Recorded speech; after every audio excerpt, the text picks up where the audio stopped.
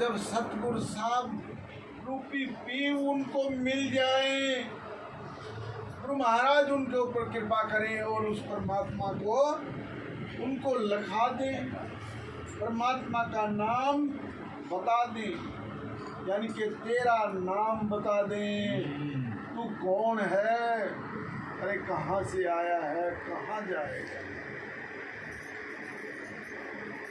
समझो अपने आप को और देखो अपने आप को जाने बिन, अरे मिटे ना जम की फांस,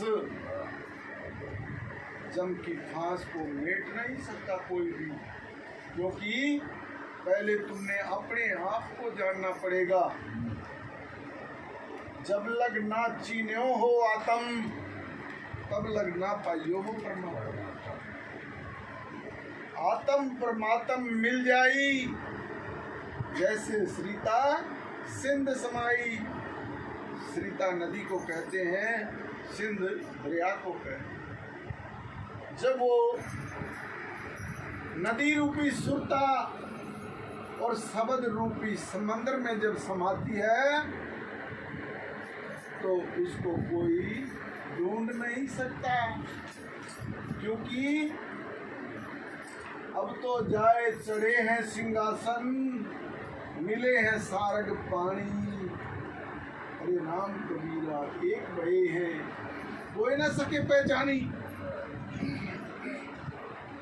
क्योंकि जल में जब जल मिल गया, तो कहाँ सरिता और कहाँ सिंध, दोनों एक मेक हो गए हैं। उनको कोई अलग नहीं कर सकता, कोई निकाल नहीं सकता, कोई बता नहीं सकता कि ये सरिता है और ये सिंध है। नहीं, वो तो एक हो गए। अरे जब उनकी कृपा हो जाए तो तेरे को वो सुहागन कर देता है। वो सुहागन करेगा क्या? यानी कि तेरे को उस परमात्मा के संग जोड़ देगा। और जिस दिन तुम परमात्मा के संग जुड़ जाओगे तो तुम और वो, यानी कि जिसको सो हम कहते हैं, जो तू है वैसा ही है। मैं और तुम दो नहीं, अरे मैं एक ही हूँ।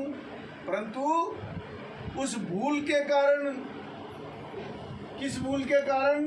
कि भवरी दे दे जीव बुलाए, क्या करे जीव बेचारा, नारी पुरुष से गांठ जुड़ाए, बहुविध फिंद फंद सवारा। त्रिदेवा व्याधा भय, जिनको त्रिदेवा यानी कि तीनों लोगों के देव मानते हैं, परंतु वो वार ही है, पार नहीं हुए। वो वार ही है क्योंकि तरस रहे हैं इस देही को सिमरे देव। ऐसा क्यों कहते महाराज साहेब जी, क्यों कहते ऐसा? अगर जो वो पार ही हो गए होते तो नहीं, वो भटक रहे हैं कि ये क्या हो गया। ब्रह्म ज्ञानी हुए तो इसलिए पार ही रह गए। ब्रह्म ज्ञानी जो होता है उसको अच्छा घर, अच्छा ओधा, अच्छा शरीर, कोई राजा भी बन सकता है। 10वें द्वार से प्राण निकले राज खानी जाए। अरे कुछ देर राज भोगे फिर पाछे पछताए। 9 द्वार संसार सब, 10वां योगी सार, 11 खिड़की बने रे जाने संत सुजान। तो संत सुजान जानता है उस 11वीं खिड़की को। 10 द्वारे सभी ढूंढ रहे हैं, लेकिन 11वीं खिड़की जिससे सीधे ही वो प्रभु परमात्मा के चरणों में जाकर लीन हो जाती है। इसलिए कह रहे हैं कि खेलो खेलो हे सुहागन। जब तुम सुहागन हो जाओगी तो खुश हो जाओगी, क्योंकि तुम्हारी सुरता को स्थान मिल गया है, तुम्हारी सुरत को स्थान मिल गया है।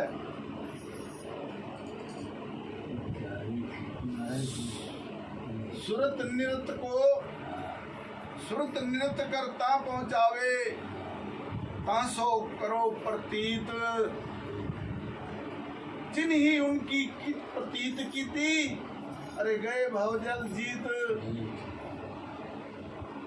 प्रतीत का खेल, प्रतीत का खेल है।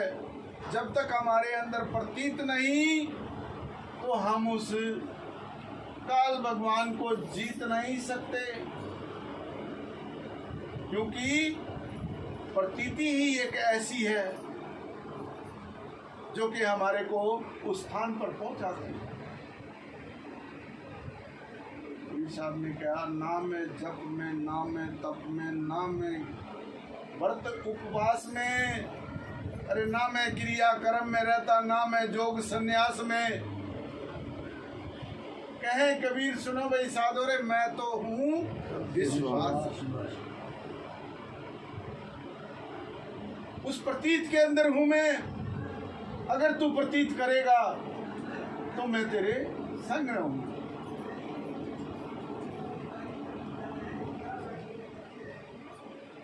इसलिए सबसे पहले हमें क्या करना है? दृढ़ निश्चय करना है। ये विश्वास कर लो कि जहां मैं सत्संगति को समझकर आया हूं, वहां मेरा कल्याण होगा ही होगा। लेकिन कब? सतगुरु के आंखें लगो।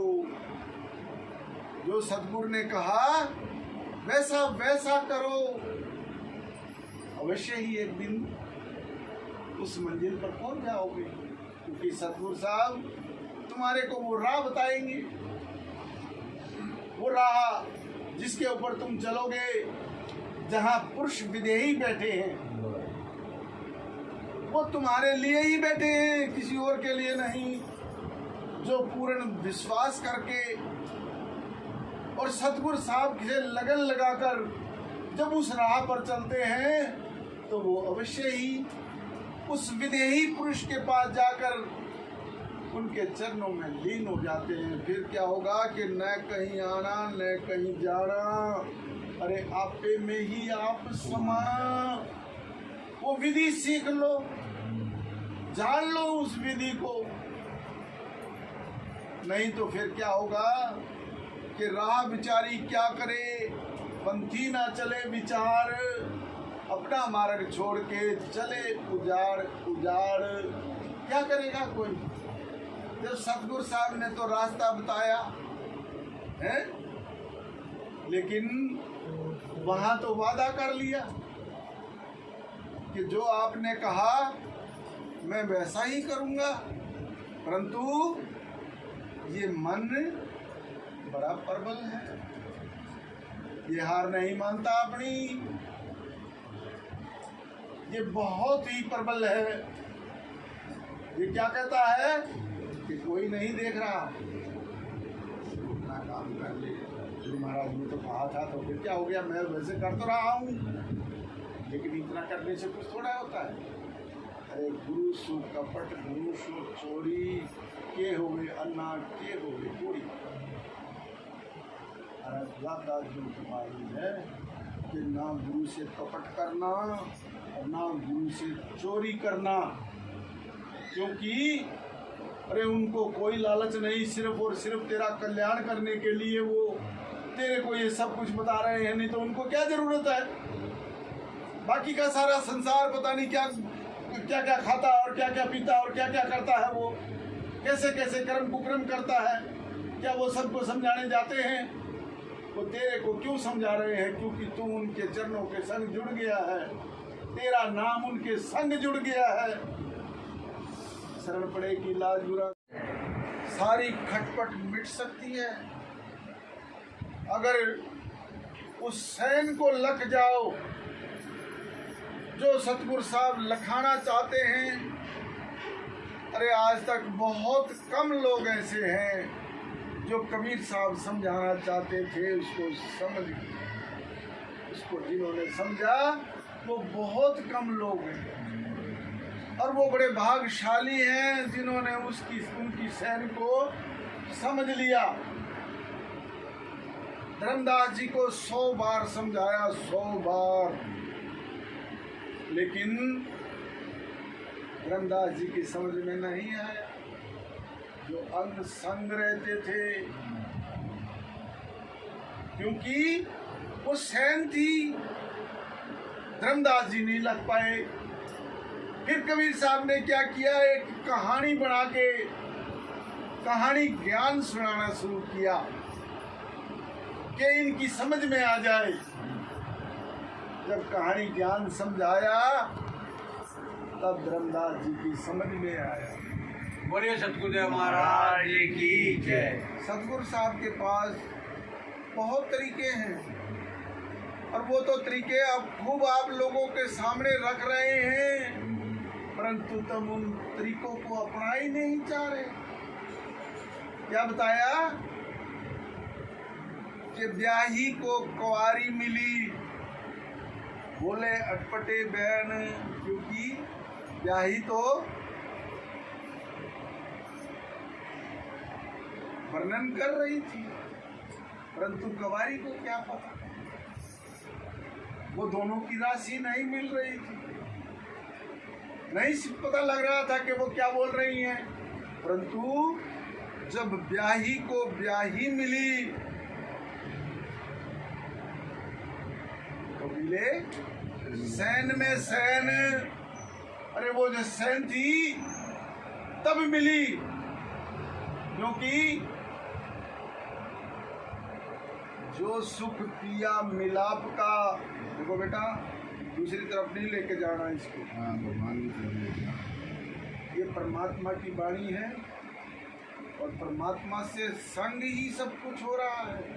दुनियावी बातें यहाँ नहीं होती, दुनियावी बातें सब ये यहाँ पर सब की सब छोड़ने के लिए बोला जाता है। उनको करते हुए भी तुम्हें करता होना है, तुमने लिप्त नहीं होना। अपने परिवार को पालते हुए, अपने परिवार के अंदर सब कार्य करते हुए तुम उसके अंदर लिप्त मत होना, क्योंकि तुम एक माली की तरह हो। जैसे माली पौधा लगाता है, वो कभी ये नहीं सोच के लगाता कि मैं इसका फल खाऊंगा या इसकी छाया में बैठूंगा,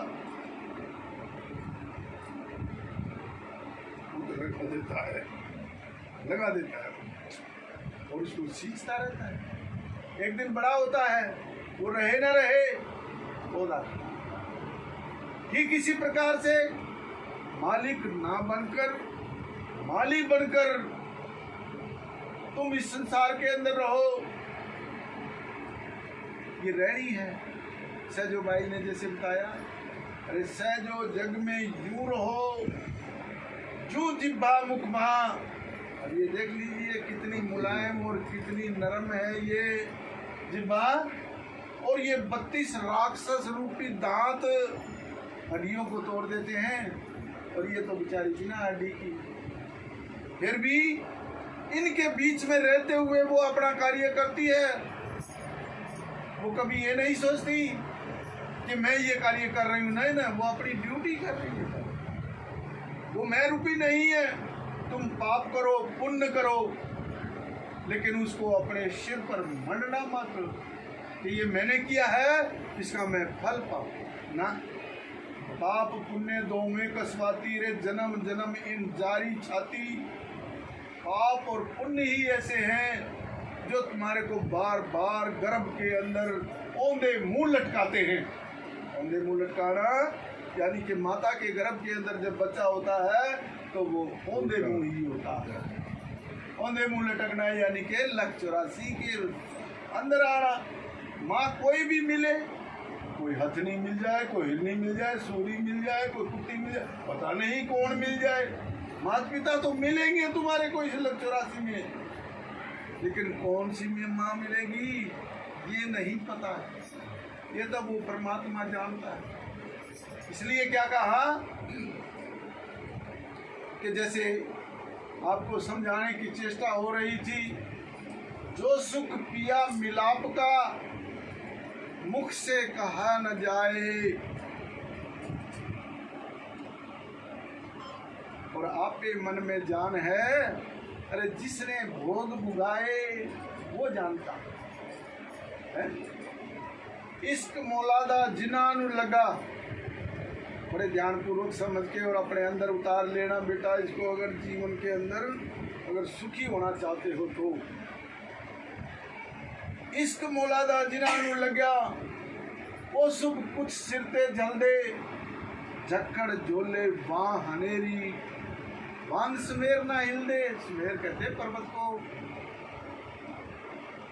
भूख बिच रंजे, भूखे हैं लेकिन फिर भी लोग है ना पेट भरा हुआ, छके हुए हैं। भूख बिच रंजे नंग बिच कजे, नंगे फिर रहे हैं लेकिन कहते ना पोशाक पहने हुए, चाहे वो वीरा ही ओढ़ रहे हो।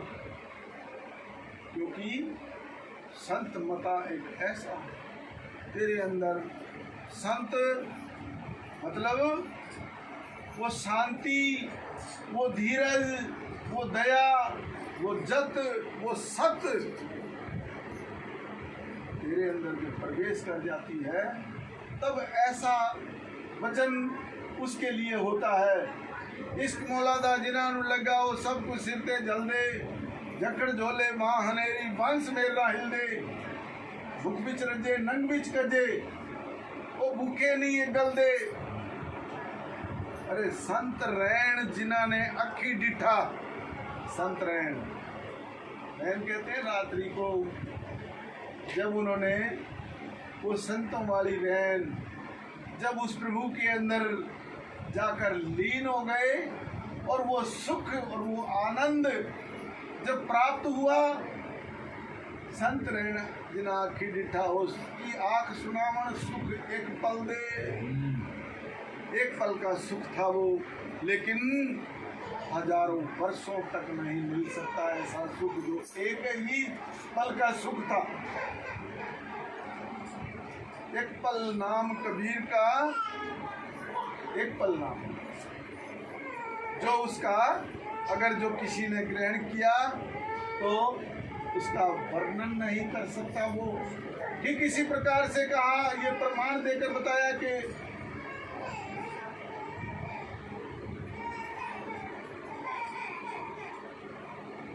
जो सुख पिया मिलाप का, मुझसे कहो न जाए, और आपे मन में जान है जिसने भोग मुगाए। जो सुख है सत्संग में, अरे मुक्ते कहो न जाए, गूंगा गुड़ को खाए कि क्या स्वाद। महाराज की जय। बताइए वो क्या स्वाद बताएगी, क्योंकि वो तो गूंगा है परंतु मस्त हो रखा है। मुंह में गुड़ की गली है, मीठा है उसमें, और उस मीठे को खाकर वो इतना खुश हो रहा है, अपनी बगल को खूब जो दबाते हुए भागते हुए खुश होता हुआ जा रहा है। किसी ने पूछा भाई इतना खुश कैसे है, क्या बताए, क्योंकि गूंगा है। जिन ही पाया तिन ही छिपाया, क्या कहते हैं,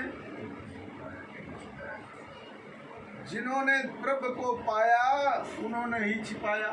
क्योंकि क्या कहे, ये जगत उसका मजाक उड़ाया, जगत ने उसका मजाक उड़ा लिया, इसलिए वो चुप ही रक्षा मानते हैं अपने आप को कि तू चुप हो जा, किसी के आगे कुछ मत बोल।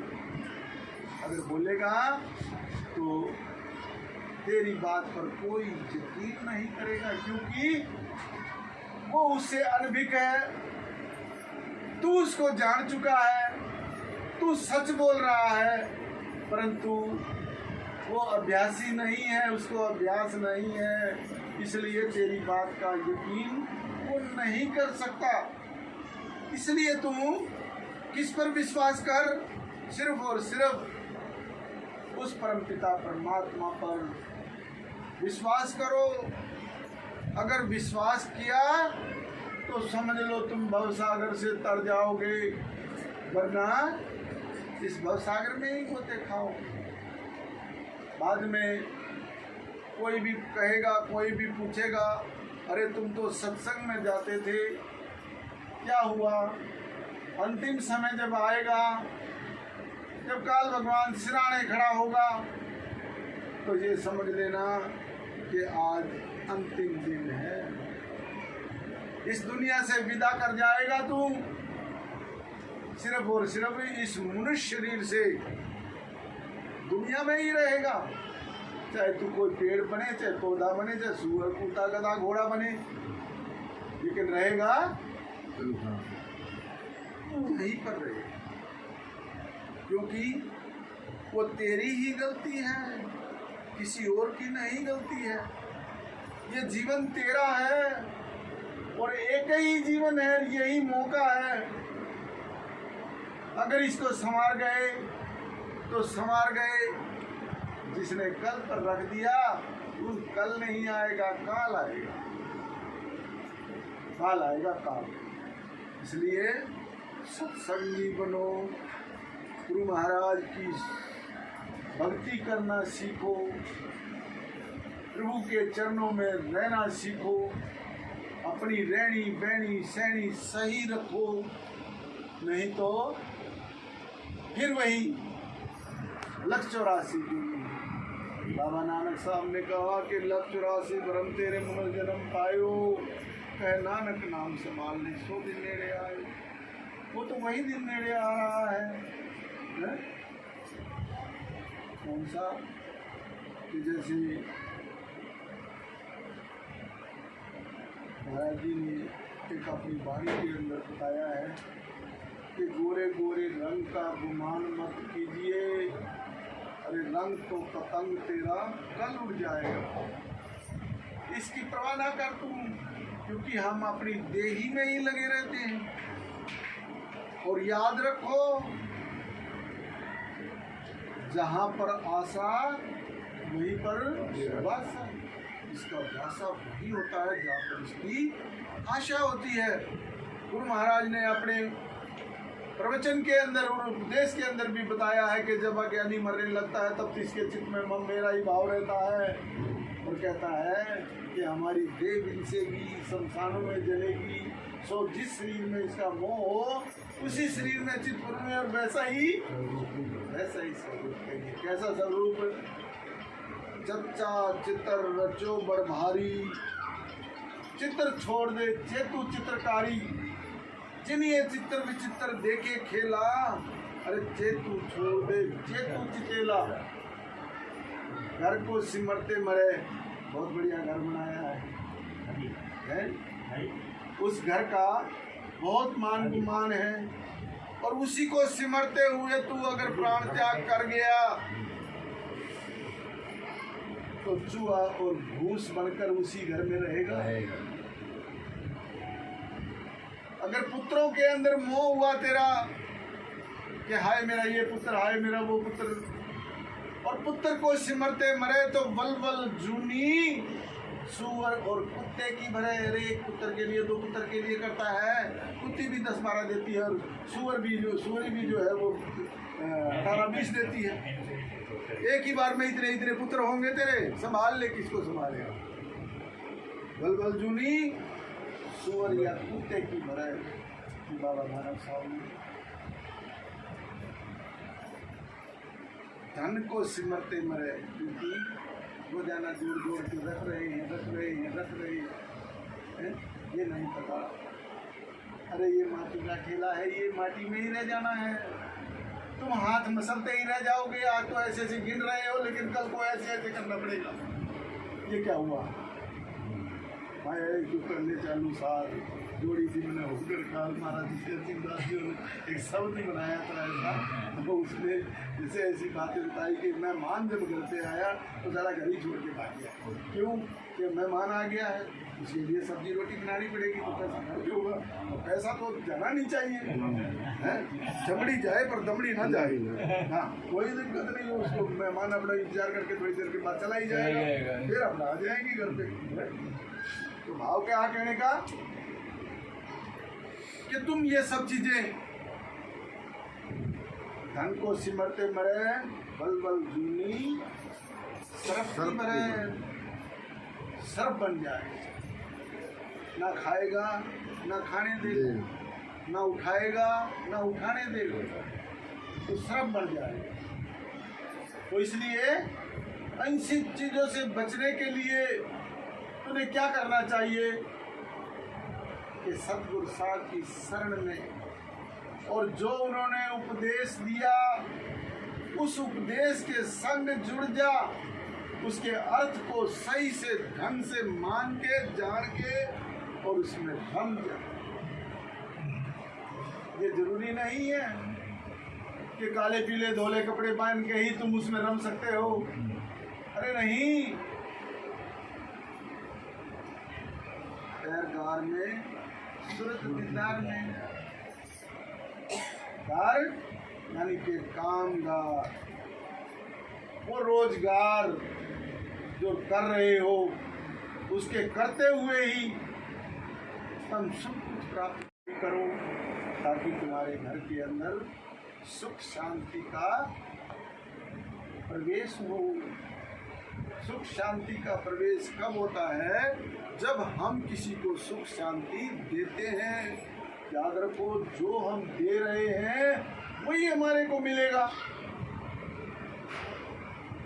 एक बार एक राजा थे, वहाँ आसपास के सभी एरिया के अंदर सभी लोग कहते थे कि ये राजा ऐसा है कि जो इसके दरवाजे पर जाता है वो खाली नहीं आता। दयालु है, दान पुण्य करने वाला है। और एक बात और समझ लो, दान पुण्य करने से मुक्ति का कोई मतलब नहीं है।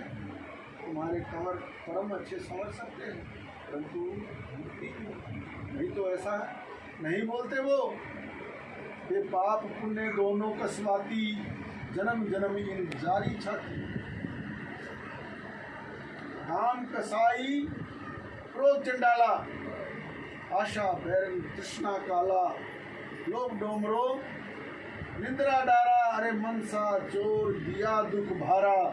ये मनसा चोर एक ऐसा है कि ये बहुत भारी दुख देने वाला है।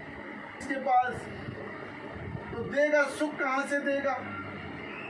तुम्हारे पास 100 रुपये हैं और कोई भिखारी आया, अगर तुम उसके ऊपर बहुत सारी दया करोगे तो कितना दोगे? क्योंकि है ही 100, तो वो 100 ही दोगे ना, उससे ज्यादा क्या दोगे? इसलिए तुम इन सब चीजों से हटकर बात करो, तुम इन सब चीजों से हटकर भक्ति करो, उस परमात्मा के चरणों में लीन रहो। तो एक साधु, उसने कहा ये राजा बहुत दयालु और दानवीर बताया है, चलो उन्हीं के दर पर चलते हैं, कुछ मिलेगा तो अपनी कुटिया पे ले चलेंगे। जंगल में कुटिया बना रखी थी उन्होंने, और उनके यहाँ जाकर उन्होंने अलग जगाई कि अलख निरंजन। अलख निरंजन किसे कहते हैं आज आपको बताते हैं। अलख जिसको लखा नहीं जाता, क्या है वो? निर्गुण है। निरंजन, अरे वो मन है जिसको लख नहीं सकता कोई भी।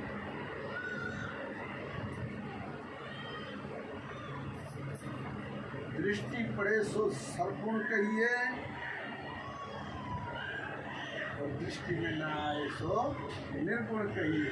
निर्गुण सरगुण से दोनों से न्यारा, अरे जानेगा कोई हारा। कोई तो सरगुण में रीझ रहा, कोई निर्गुण ठहराए। अटपट चाल कबीर की ये मोह से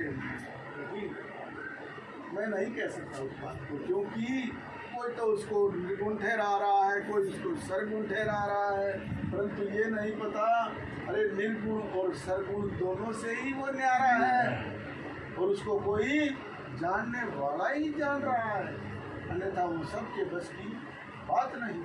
अब साधु ने आकर अलख जगाई कि अलख निरंजन। देखा तो बादशाह अपने उस गद्दी पर विराजमान नहीं थे, सिंहासन पर वो विराजमान नहीं थे। उन्होंने पूछा तो जो पेशालार वहाँ पर खड़े थे उन्होंने बताया कि ये साधु वो तो उसमें अपना क्या बोलते हैं इसको गुरसान में गए हैं, जहाँ घोड़े बांधे जाते हैं, हाँ उसमें गए हैं वहाँ। तो कहने लगे चलो वहीं चलते हैं।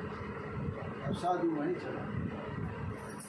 चला गया तो उसमें उस अस्तबल के अंदर घोड़ों की देखभाल के लिए अपना इधर उधर टहल रहे थे।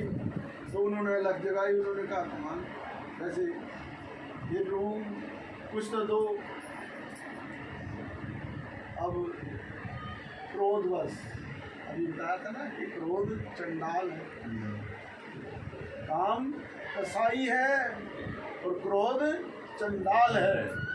वो चंडाला इसलिए है कि वो तेरा बड़ा बनाया खेल सब बिगाड़ देता है। जब क्रोध आता है तो क्रोध किसका अंश है? अग्नि का अंश है, और अग्नि जहाँ लगती है वो सब कुछ जलाकर भस्म कर। क्रोध आ गया राजा को, और तो कुछ उन्होंने सुना नहीं। वो जो घोड़ों की लीद पड़ी थी उसमें से उठा के उसकी झोली में डाल। साधु ने कहा तथास्तु, उस लीद को ही लेकर जाकर अपनी कुटिया के बाहर रख दिया। और कुछ समय बीत गया तो राजा एक दिन वजीर से कहने लगे कि चलो आज सीमाओं का दौरा करते हैं, देखने चलते हैं अपनी सीमाएं सुरक्षित हैं कि नहीं। हम घोड़े लेके दोनों चले गए। दोनों जने घोड़े पर बैठे हैं, एक वजीर का घोड़ा, एक बादशाह का घोड़ा। घूमते घूमते घूमते वो साधु की कुटिया के पास पहुंचे। वहाँ देखते हैं तो लीद का बड़ा सारा ढेर हो गया। अवश्य ही ये कुटिया वाला कोई है, वो घोड़े पाले हुए हैं। चलो लीद वहाँ चलो, इतनी लीद इकट्ठी हो रखी है तो ये तो कोई घोड़े पाल रखा है इसने, देखा जाए। चलो देखा जाए, क्योंकि पाले हुए घोड़े होंगे, अच्छे होंगे तो खरीद लेंगे। वहाँ गए तो साधु अंदर से बाहर आए, उन्होंने देखा कि ये नहीं है। कहने लगे कि ये साधु आपने कितने घोड़े पाल रखे हैं? लेकिन मैंने कोई घोड़ा नहीं पाल रखा है। कहने लगे ये लीद, कहने लगे ये लीद तो आपके लिए। ऐसे कहा, अगर गुस्सा करने लगा, अरे हमारे लिए लीद? कहने लगे गुस्सा मत करो, इसको पूछ सकते हो आप ये मेरे लिए कैसे है। अभी बताया था आपको कि जो तुम देते हो वही तुम्हारे को मिलता है। अब याद दिलाया साधु ने कि हे बादशाह सलामत, मैं आपके पास भिक्षा लेने के लिए गया था और भिक्षा के अंदर आपने ये लीद मुझे दी। याद आया आपको?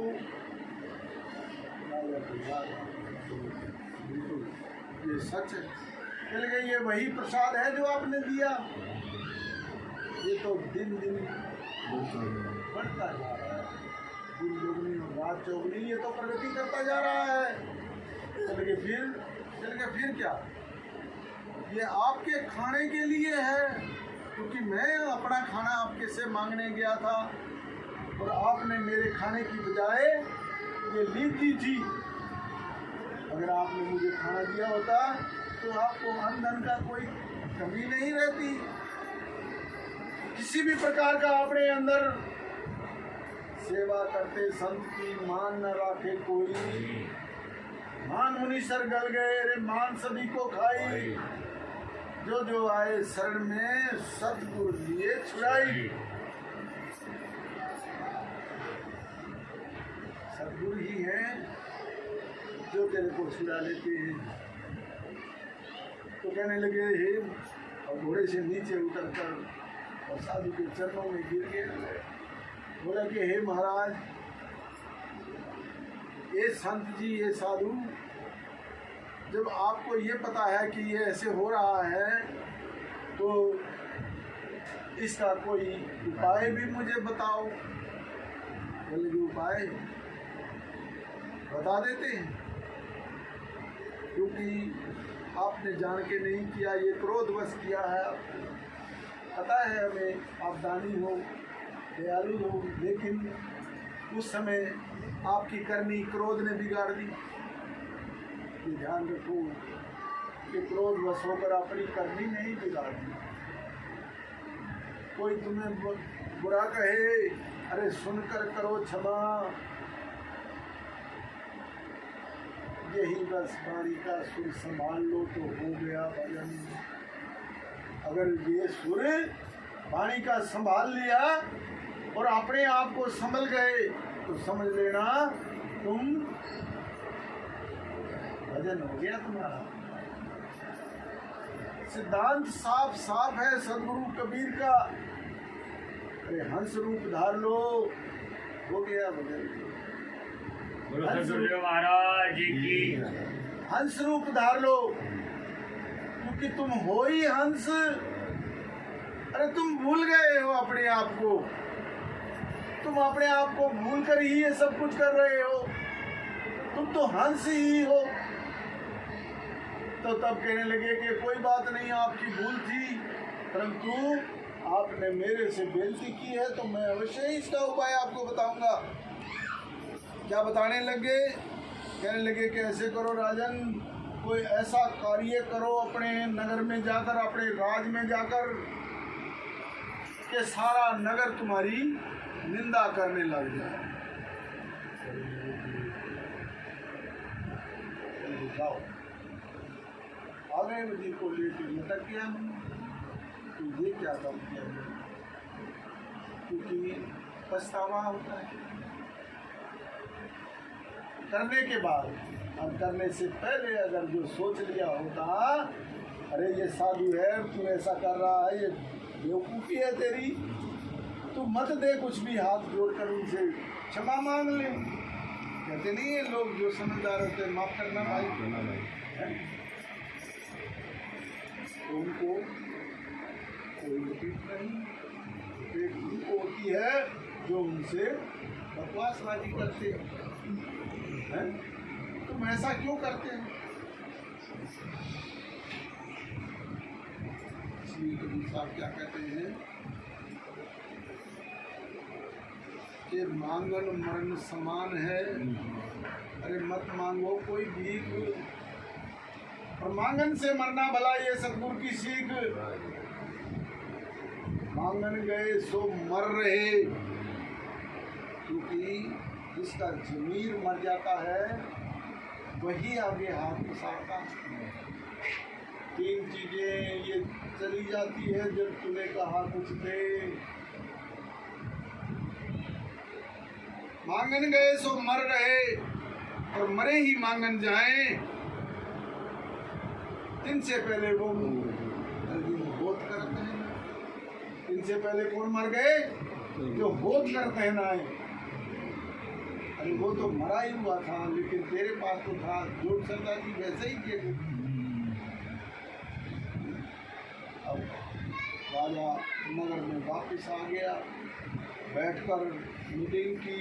गुरुजी बताओ मैं ऐसा क्या काम करूं जिससे कि लोग मेरी निंदा करें। कहने लगे कि राजन, सारा नगर जानता है कि आप अच्छे राजा हैं, आपकी निंदा होना बहुत मुश्किल है, क्योंकि कोई निंदा आपकी नहीं करेगा, क्योंकि आप राज को कुशलतापूर्वक जो है राज कर रहे हैं आप।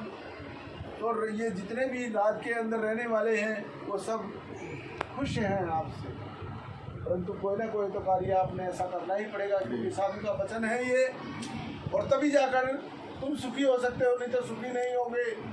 अब उन्होंने उनको तरीका बता दिया, और एक दिन उन्होंने ऐसे घूमते घूमते हैं, एक लड़की जवान वो घूम रही थी, हैं, जो कि वो जाति से छोटी थी, और उसको उठा के अपने घोड़े पे आगे बिठा दिया। तो सारी दुनिया, वो नगर वाले सारे देख रहे हैं, अरे ये राजा क्या कर रहा है, ये क्या कर रहा है? ये तो ऐसा नहीं था, है? इस लड़की को इसने कैसे उठा लिया, ये क्या कर रहे हैं, ये क्या कर रहे हैं?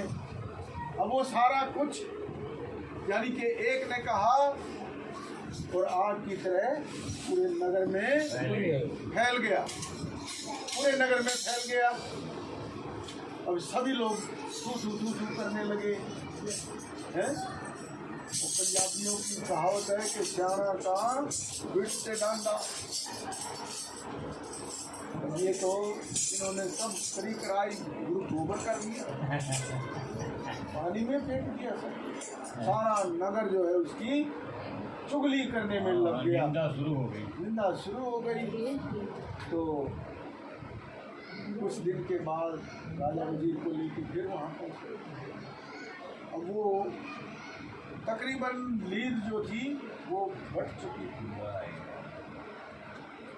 अब ये याद रखने की बात है कि अरे चुगली किसी की नहीं करो, निंदा किसी की मत करो, क्योंकि जो उसके किए हुए कर्म हैं, जो उसके हिस्से की लीद है, वो तुम्हें भी खानी पड़ेगी। वो थोड़ी सी बच गई, जो मूल था जो दिया था वो बच गया।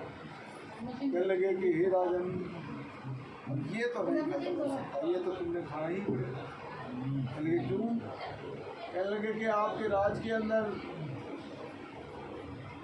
एक धोबी और धोबिन है जो परमात्मा के भक्त हैं। वो गुरु महाराज की शिक्षा से अपने आप को लिप्त मानते हैं, इसलिए वो तुम्हारी निंदा नहीं करेंगे। और वो निंदा नहीं करेंगे तो ये बची हुई लीज जो है ये तुम्हें ही खानी पड़ेगी, ये नहीं खत्म हो सकती।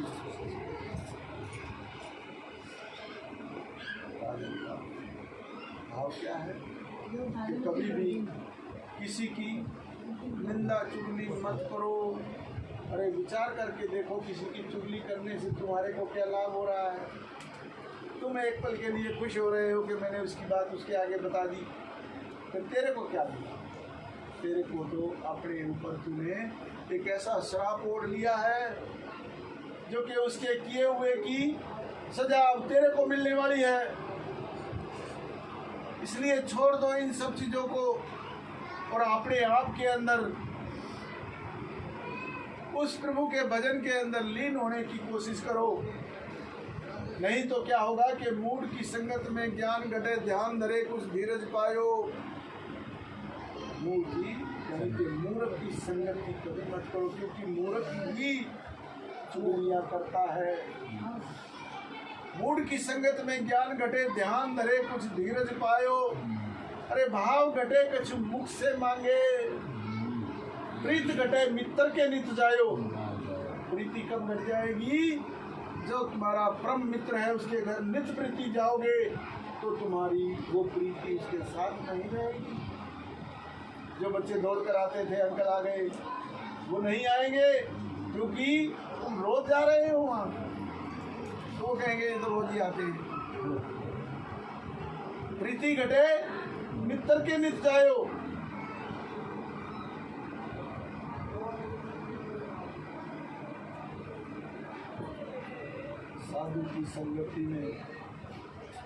साधु की संगति में संशय घटे।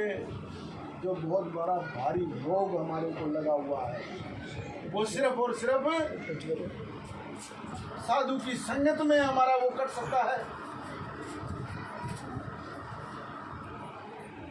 साधु की संगत में संशय घटे, रोग घटे कछु पोखद खायो। अगर तुम्हारे को कोई रोग लग गया है तो उसकी औषधि लेनी पड़ेगी, तब वो रोग घटेगा। अरे दीन दयाल दलदर घटे, गोविंद गोविंद के गुण गायो। दीन दयाल जी कह रहे हैं कि तेरे दलदर कब घट सकते हैं? जब तुम गोविंद के गुण गाओगे, तभी तुम पल्ले पार जाओगे, सतगुरु के चरणों में जाकर अपना स्थान प्राप्त करोगे। बोलो सतगुरु महाराज की जय। परमात्मा के चरणों के संग तुझे जोड़ने वाले, भले ही वो देही है, और कबीर साहब कहते हैं देही को सतगुरु कहे ये सब धुंधर ज्ञान, और चार दाग आवे नहीं सो है सतगुरु समान। परंतु जो चार दाग नहीं आता, जो सतगुरु समान है, वो देही गुरु के बिना प्राप्त नहीं हो सकता। इसलिए देही गुरु के संग लग जा, और वो दयाल हो गए तो तेरे को विदेही गुरु के संग जोड़ देंगे। कौन से विदेही गुरु के संग? जो 4 दाग में नहीं आता। 4 दाग कौन से हैं?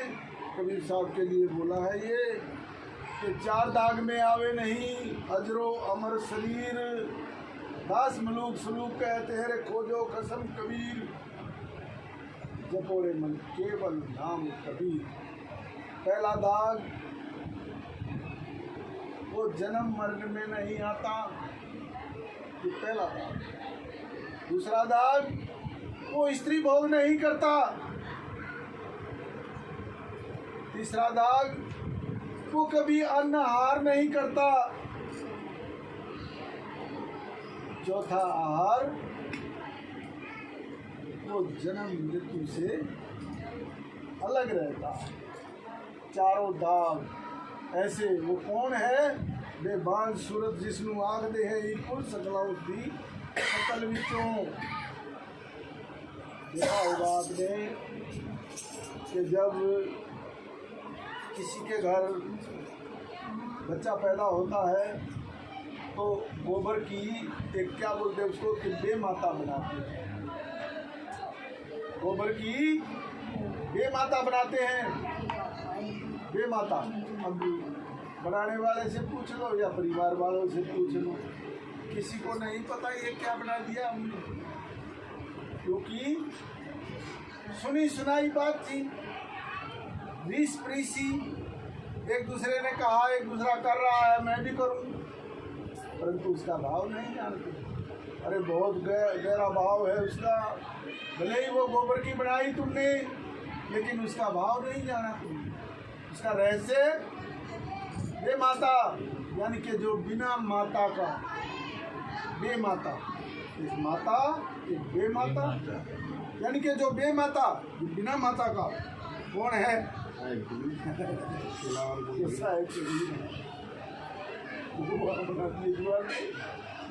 वो वहाँ दीवार पर बना दिए। क्यों? क्योंकि उसकी ओट कि ये हमारा रक्षक है।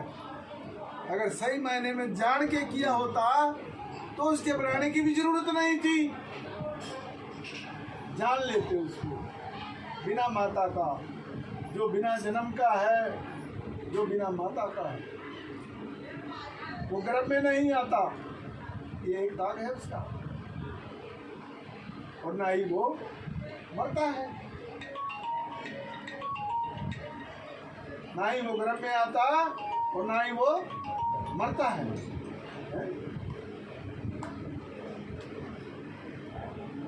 अरे काशी तज गुरु मगहर आए,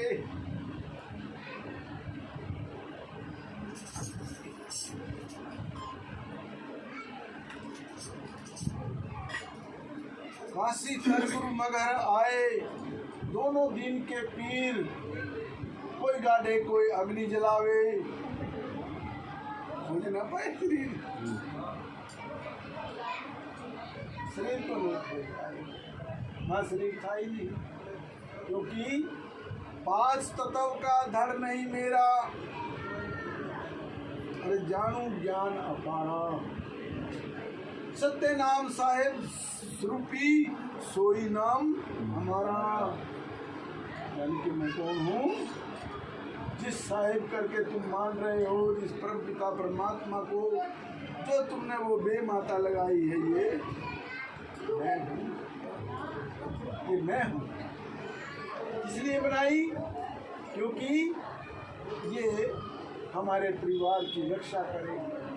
अरे उसने तो क्या रक्षा करनी, अगर तो तू जान जाए तो तेरा कुल का कुल सुधर जाए। एक बच्चे की रक्षा के लिए क्या, तेरा कुल का कुल सुधर जाए, तेरे कुल की रक्षा करने के लिए वो तैयार हो जाए। इसलिए कहते हैं कि बेबान सूरत जिसनु आखदे हैं, ये कुल सकला उसदी सकल विचों, और इस रमज दी किसी ਨੂੰ तलब होए तो मिलदी अकल बुरा दी अकल भी। बोलिए सतगुरु देव महाराज की जय। नाम रूप क्रिया होके बास रहा है। ये क्या है? सब नाम रूप क्रिया को खत्म कर दो तो क्या है? ये 52 अक्षर जो जोड़ जोड़ के हमने बना दिए हैं, इनको खत्म कर दो तो फिर क्या है? अरे कुछ भी नहीं। नाम रूप क्रिया होके बासदा है, नकली आप उतारदा नकल बिचों। ये नकली है, इसके उसकी नकल कर रहा। नकली आप उतारदा नकल बिचों, विसनदास ही दमदी तार उते वे सुनदा आप मारे आपे हकल बिचों। वजह भी आप ही मार रहा है। इस दम की तार के ऊपर ये 5 तत्व की जो धुन सुन रहा है, वो उसकी हकल यानी कि आवाज़, होका जिसको कहते हैं ना, होका मार रहा है, ये हकल कहते हैं इसको, पंजाबी का शब्द है। तो कहने का भाव ये अगर जान लिया होता तो फिर वो गोबर की गे माता बनाने की जरूरत नहीं होती। तो सतगुरु साहब यानी कि तुम्हारे को समझाने के लिए कोई भी वाणी किसी भी महापुरुष की है, वो चीख चीख कर बोल रही है कि तू अपनी बिगड़ी हुई अगर संवारना चाहता है तो सतगुरु के शरण में आ जा। अरे उनके चरणों की धूल अपने मस्तक पर लगा ले। गुरु का दर्शन देख देख जीवा, अरे गुरु के चरण धोई धोई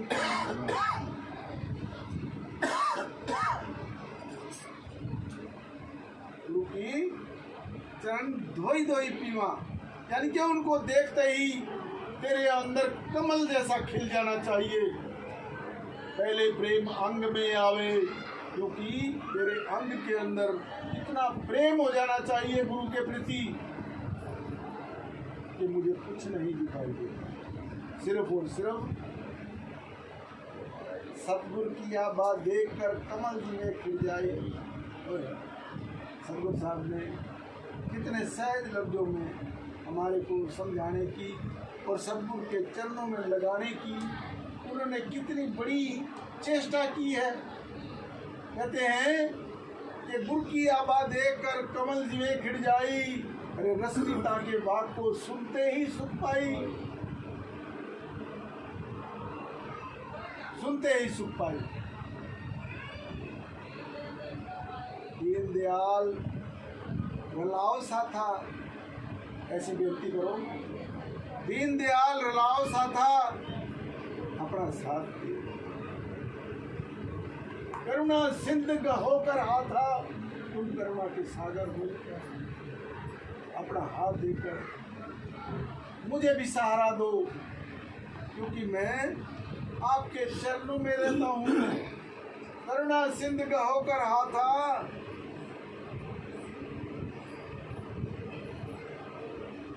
ये हो मोह पर कृपा कीजिए, साध द्वारे दर्शन दीजिए, क्योंकि मुझे पता है कि स्वयं आकर आप कभी किसी के पास नहीं आते हो, तुम साधु द्वारा ही दर्शन देते हो।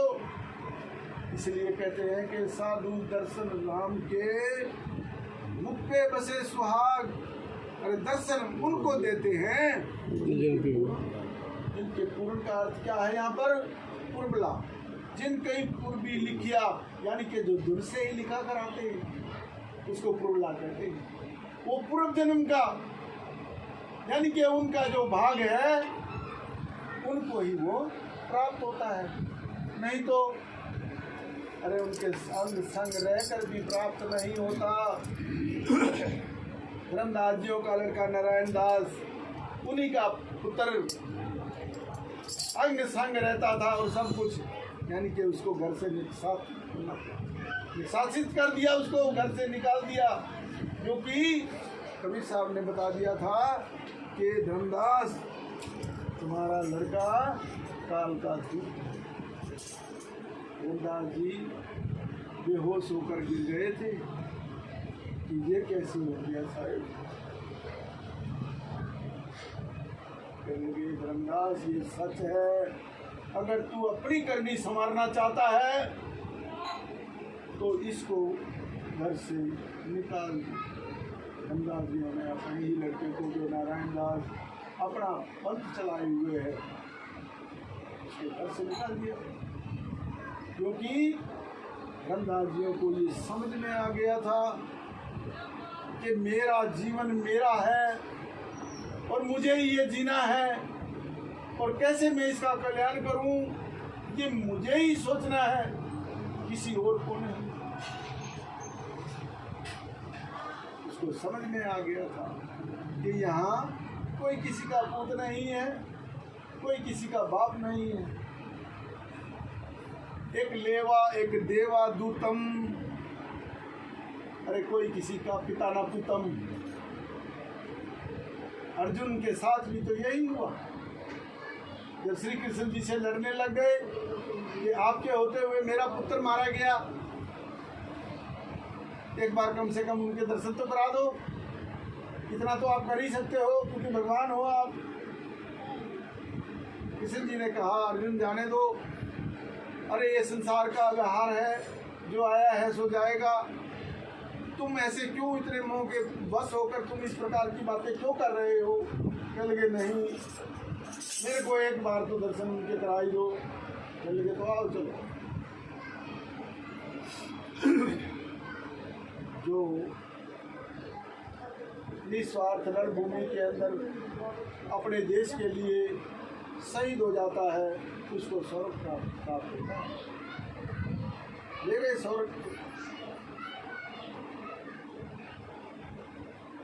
के अंदर ले गए उनको, और वहाँ चौपड़ सार खेल रहे थे धूप में ही। जब अर्जुन ने देखा कि अभिमन्यु के ऊपर तो धूप है, जाकर सूर्य की तरफ जाकर खड़े हो गए, उनके ऊपर छाया करने के लिए। जब छाया हुई तो फिर उन्होंने ऐसे करके देखा, अरे कौन है ये मूर्ख, ये मेरे आगे अंधेरा कर दिया है। कहने लगे अभिमन्यु, अरे मैं तो तेरा पिता हूँ अर्जुन। कहने लगे अरे कौन अर्जुन, किसका पिता, कौन पिता, पता नहीं। मैं तुम्हारा कितनी बार पिता बना या तुम मेरे कितनी बार पिता बने, यहाँ कोई किसी का पिता पुत्र नहीं है। अर्जुन की आंखें खुल गई, वो भ्रम टूट गया। कह लगे महाराज, कह लगे क्या हुआ? कह लगे आप जो कह रहे थे वो सच था। हम मोह के वश होकर ये सब काल जंजाल का जितना भी किया कर्म है वो सब हम भोग रहे हैं, क्योंकि हमें मोह से मोह के वश होकर हम ये सब कार्य कर रहे हैं। इसलिए अर्जुन वहाँ से वापिस आ गया और श्री कृष्ण जी से माफ़ी मांगने लगा कि महाराज आपकी बड़ी मेहरबानी, आपने जो मेरा भ्रम तोड़ दिया, क्योंकि गुरु के बिना भ्रम टूट ही नहीं सकता। अगर गुरु है तो हाँ, गुरु और महाराज की गुरु और गुरु में बहुत अंतर है। गुरु होना चाहिए, गुरु नहीं होना चाहिए। सही तो गुरु ये बोलते पक्का, अगर उनको शुद्ध नहीं आता वो वही कह लेते हैं, और कोई बात नहीं कहते तो गुरु के वो भूखता ही नहीं है।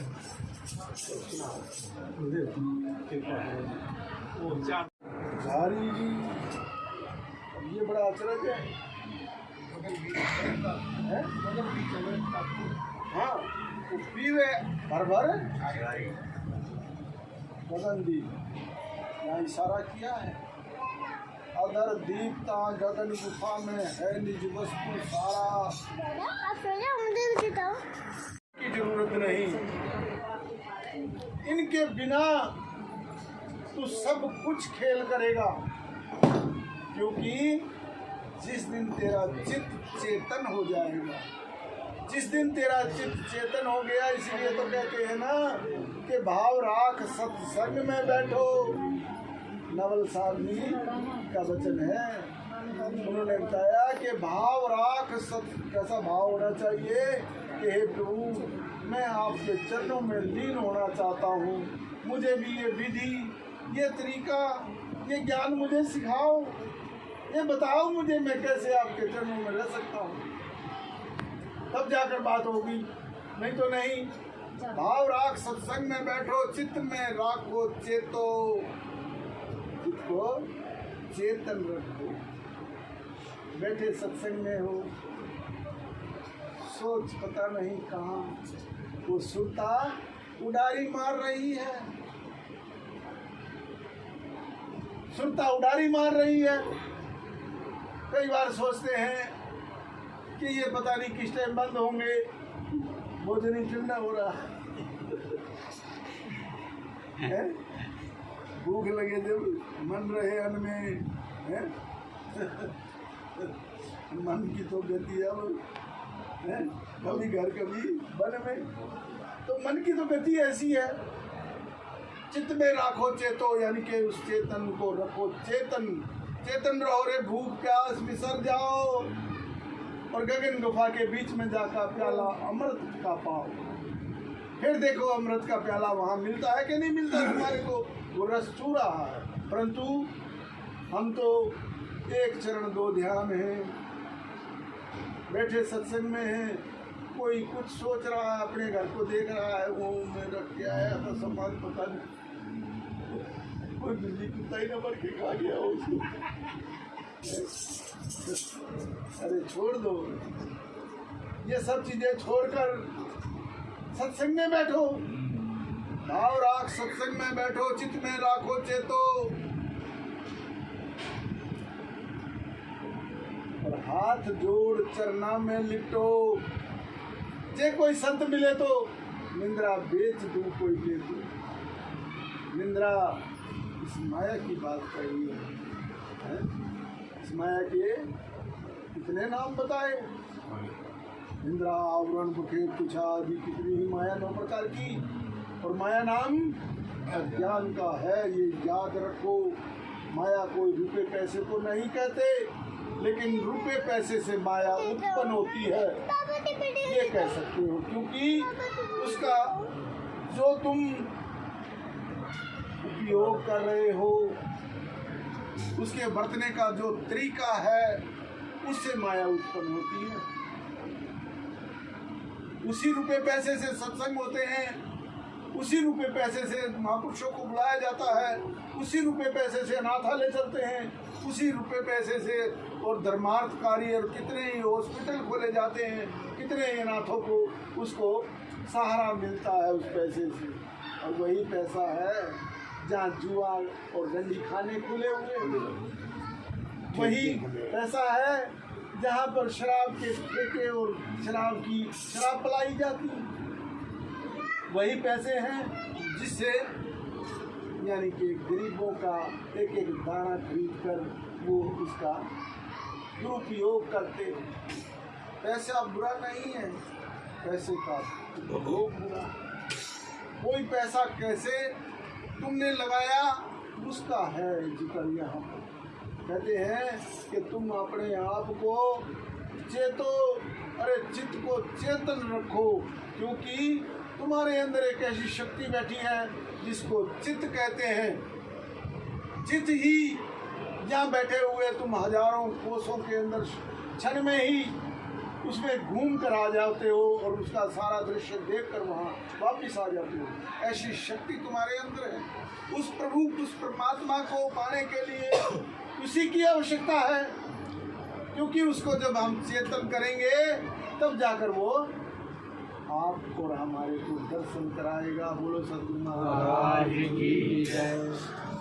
होत है सुफल भय नर सोए, गुरु परमेश्वर ईश हैं, देवन के हैं देव।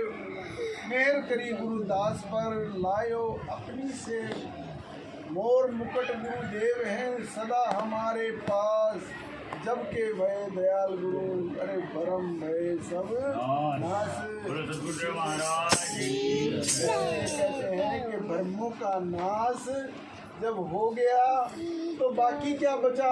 बाकी तो फिर सतगुरु साहब के चरण साक्षात दीदार होते हैं, उस परम पिता परमात्मा के साक्षात दर्शन हो जाते हैं। ये भ्रम का ही पर्दा है जो हमारे सामने लगा हुआ है।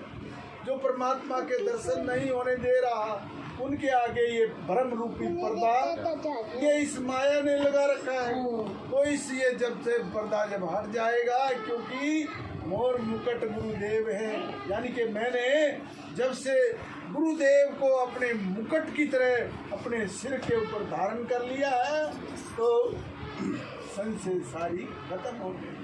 मोर मुकुट गुरुदेव हैं सदा हमारे पास, यानी कि कहते हैं कि उनसे मैं एक पल एक क्षण भी मैं उनसे नहीं बिसरता हूँ, उनसे दूर नहीं जाता हूँ, पल पल में उनका ध्यान करता हूँ। गुरु साहिब कर जानिए और पल पल ध्यान लगाए, मिले तो बंदगी, नहीं तो फिर पल पल ध्यान लगाए। अरे पल पल उनका ध्यान लगाना चाहिए, श्वास श्वास के अंदर उस प्रभु का नाम जपना चाहिए, उस गुरु का नाम जपना चाहिए, क्योंकि ये श्वास ही है तेरा जो आ रहा है और जा रहा है, और ये चला गया तो चला ही गया। इसलिए श्वासा की कर सिमरनी, सोहन का कर जाप, परम तत्व का ध्यान धर, फिर सोहंग आप ही आप, सोहंग आप ही आप।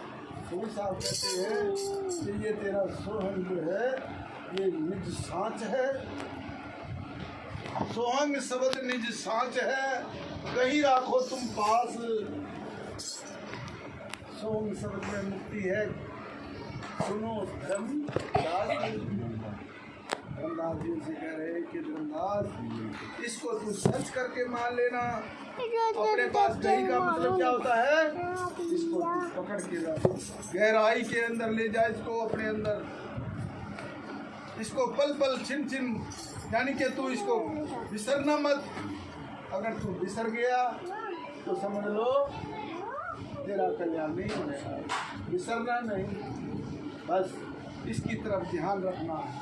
जैसे रेल का ड्राइवर रेल को चला रहा है, वो इधर भी देख रहा है उधर भी देख रहा है, दोनों पटरियों पर ट्रेन दौड़ रही है, सिर्फ इसलिए कि ड्राइवर का ध्यान है, ड्राइवर उसकी तरफ अपनी सुर्ती लगाए हुए है। जहाँ भी स्टेशन आता है उसको रोकता है, जहाँ नहीं रोकना होता उसको वहाँ से लेकर जाता है। ठीक इसी प्रकार से अरे तुम ड्राइवर हो, किसके? इस मन के ड्राइवर हो तुम। मन ड्राइवर नहीं है तुम्हारा, मन को ड्राइवर मत रहने दो, तुम ड्राइवर खुद बनो। मन को हटा दो, बन जाता है तो जाने दे तू काम के रात शरीर। अरे उतरा पड़ा कमान से फिर क्या कर सके थी। इसलिए क्या कहा कि सतगुरुदेव मनाया। गुरु को जब मनाता है तो समझ ले तेरे सारे ही कार्य सिद्ध होते चले जाते हैं, क्योंकि तूने मूल को समझ लिया। एक साधे सब सदे, एक को साधने से सब कुछ सद सकता है। ये इस 184 जूनी के अंदर 33 करोड़ देवता, किस किस की पूजा आराधना करोगे और कैसे कैसे करोगे। तुम विचलित हो जाओगे और बीच में ही छोड़ के तुम भी इनके अंदर सम्मिलित हो जाओगे। इसलिए क्या कहते हैं, एक साधे सब सदे और सब साधे सब जाए, माली सींचे मूल को मूल पात अज्ञाए।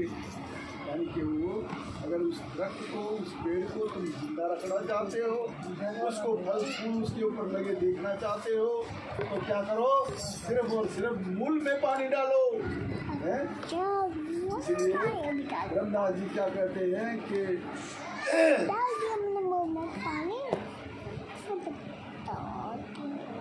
रमदास जी अपनी वाणी के अंदर कहते हैं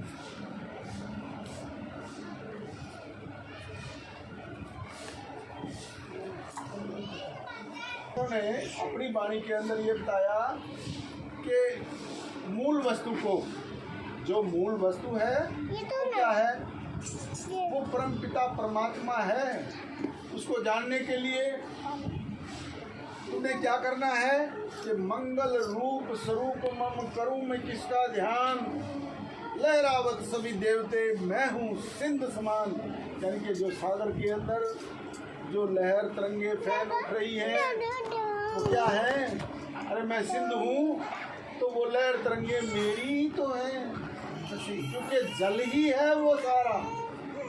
जल एक वस्तु है, वस्तु बहु प्रकार, उसके अलावा कोई दूसरी वस्तु नहीं। नाम पक्ष मत कीजिए कहें कबीर विचार, वस्तु तो एक है लेकिन नाम उसके हजारों हैं, पता नहीं कितने नाम हैं, परंतु हमें नाम से नहीं, हमें तो उस वस्तु से। मंगल रूप स्वरूप नम करूं मैं किसका ध्यान, लहरावत सभी देवते, मैं हूँ सिंध समान, अरे मैं हूँ सिंध समान, भेद परिच्छेद नहीं, शाखा सींचे कौन, मूल को पानी तीनों, धर्मदास ला कैद, मुझे कोई ना संगल, मुझ भी नहीं कोई और करूं मैं किसका मान। लेकिन यहाँ ऐसा बोलकर धर्मदास जियों ने विचार किया कि ये संसारी जीव विचलित हो जाएगा, क्योंकि हमें तो सब कुछ आपके चरणों में लगना है, लेकिन यहाँ साबित अपने आप को करना। परंतु उन्होंने कहा कि मंगल रूप स्वरूप के बिन बने ना मंगल और, यानी कि अगर तू मंगल चाहता है, मंगल नहीं चाहता तो अपने स्वरूप का ज्ञान कर। मंगल रूप स्वरूपम बने ना मंगल और, क्या बताया कि तू अपने इस रूप स्वरूप के बारे में सोच। मंगल रूप स्वरूप के बिन बने न मंगल और, जो चंद्रमा आकाश में नहीं तारन को प्रमाण देकर, प्रत्यक्ष का प्रमाण है, यानी कि आकाश के अंदर चंद्रमा निकलता है तो रात्रि प्रकाशमान होती है, और तारागण कितने हैं उनकी कोई गिनती नहीं। चंद्रमा ना निकले है और सारे तारागण निकल जाए तो रात्रि प्रकाशमान नहीं हो सकती। इसलिए कबीर साहब क्या कहते हैं कि लाख लोग संगी चढ़े, अरे बर्फी कहाँ बरात है, कहीं डंडे खाओगे, हाँ वहाँ कहीं समझो तुम खाओ तो मिलेगी कहीं तुम्हारी, क्योंकि वहाँ दूल्हा नहीं है, वर नहीं है।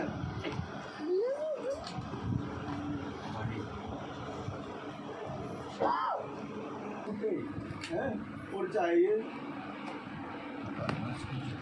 बस छूटेगा, ये तो पता लग ही रहा है कि छूटेगा, और छूटेगा तो फिर इसके लिए क्या, अरे दे धरे का दंड है सब काहू को होई, ज्ञानी भोगे ज्ञान से अज्ञानी भोगे रोई। ये तो दे धरे का दंड है, क्योंकि ये दे आई है, ये दंड और फल ही भोगने के लिए आई है। ये याद रखो इस बात को, किसी के ऊपर दोष मत देना, उसने ये मेरा बिगाड़ दिया, उसने ये मेरा बिगाड़ दिया, नहीं, अरे किसी ने नहीं तेरा बिगाड़ा है, तू तो खुद ही बिगड़ाया है। हम ये बात को तो ये समझने की बात है। तो क्या कहा महाराज धर्मदास जी, क्या कह रहे हैं, मंगल रूप स्वरूप के बिन बने ना मंगल और, अगर जब तक स्वरूप ज्ञान का ज्ञान नहीं किया, इस स्वरूप का यानी कि स्वरूप किसे, अपना ज्ञान जब तक नहीं किया तो तुम समझ लेना कि तुम सब कुछ व्यर्थ है। अगर तुम अपने आप को उस परमात्मा के बच्चे मानते हो तो अपने पिता का पता करो, पिता तुम्हारा कहाँ है और वो कैसे मिलेगा, वो खो गया है इस मेले में। कैसे खो गया कि हमने ही भीड़ मचाई, किसकी, कर्मों की भीड़ लगा ली, ऐसे कर्मों की भीड़ लगा दी कि वो परमात्मा ही इसमें गुम हो गया। अब ढूंढ रहा है कैसे मिलेगा।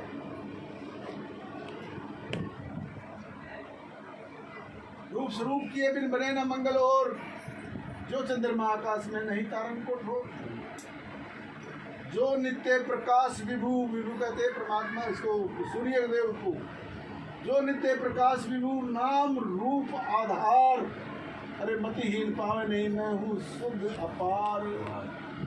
जो मतिहीन है, ये बुद्धिहीन है, जो मूर्ख हैं, वो मुझे नहीं पा सकते, वो मुझे नहीं पा सकते।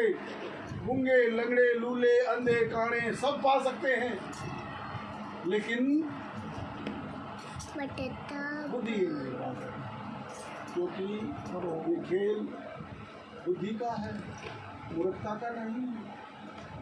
मूर्खता तो एक ऐसी है वो सीधे ही तेरे को नरक में ले जाने वाली है। इसलिए तो कहते हैं कि मूड की संगत में ना जाना, मूड की संगत में ज्ञान कर जाएगा। क्या बताया? अरे मंगल रूप स्वरूप किए बिन बने ना मंगल और, जो चंद्रमा आकाश में नहीं थारन को ठोर, जो नित्य प्रकाश विभूर नाम रूप आधार, मतिहीन पावे नहीं मैं हूँ शुद्ध अपार, बोध पतंत्र हो जय। अब ये देखिए ज्ञान परे विज्ञान, यहाँ सुना रहे हैं महाराज, ज्ञान परे विज्ञान। इस ज्ञान की भी जरूरत नहीं वहाँ जाने के लिए। ज्ञान परे विज्ञान, बोध पतंत्र यानी कि जब वो छूट जाए, जब वो हार जाए, क्या ज्ञान तेरा, वहाँ ज्ञान की जरूरत नहीं है, वहाँ तो तेरी जरूरत है। अगर तू समर्थ होकर वहाँ पहुँचना चाहता है तभी तू जा सकता है, अन्यथा तू वहाँ नहीं पहुँच सकता। बोध पतंत्र होते हैं गुरु स्वरूप तहाँ जान, फिर गुरु का स्वरूप तेरे सामने होगा। अनभय भई स्वतंत्र फिर सतगुरु तहाँ पहचान, अनभय तेरी स्वतंत्रता से तो तेरे पास होगी, क्योंकि अनभय ज्ञान प्रकट जब होई, आत्म राम चीन है सोई, आत्म राम चीन जब पावा, सकल पसारा मेट बहावा। बोलो सद्गुरु महाराज की। सारे सुमेर तुझे पहचानी, कौन काल तेरे सिर पर ऊपर, क्योंकि काल तो प्रबल है जो तेरे सिर पर खड़ा हुआ है, तो पता नहीं कब झपट्टा मारेगा और निकाल के ले जाएगा प्राणों को। इसलिए तू सदैव सचेत रहो, सतगुरु साधन के चरणों में लगा रहो, वही एक ओट है, दूसरी कोई ओट नहीं है। काल अनेक खपाए दियो जग खान, खपीन खपे अवतारे। जी क्या समझाना चाहते हैं, जरा ध्यान से समझ लो। क्या क्या कौन कौन चले गए? अरे हमारी तो बिगड़ी ही क्या है, क्या बताते हैं हम हैं? खान खपीन खपे उतारे, 12 कोस। अरे ऐसे ऐसे राजा जिनको चक्रवर्ती कहते, 12-12 कोस तक जिनके सिर पर छतर झूलते थे, वो नहीं। काल अचानक ता पछारे, 12 कोस सिरे छतर झूलत, काल अचानक ता पछारे। क्या बताया कि राजा हो या रंक, वो किसी को नहीं छोड़ने वाला है, और वहाँ जाकर सब भेद खत्म हो जाता है।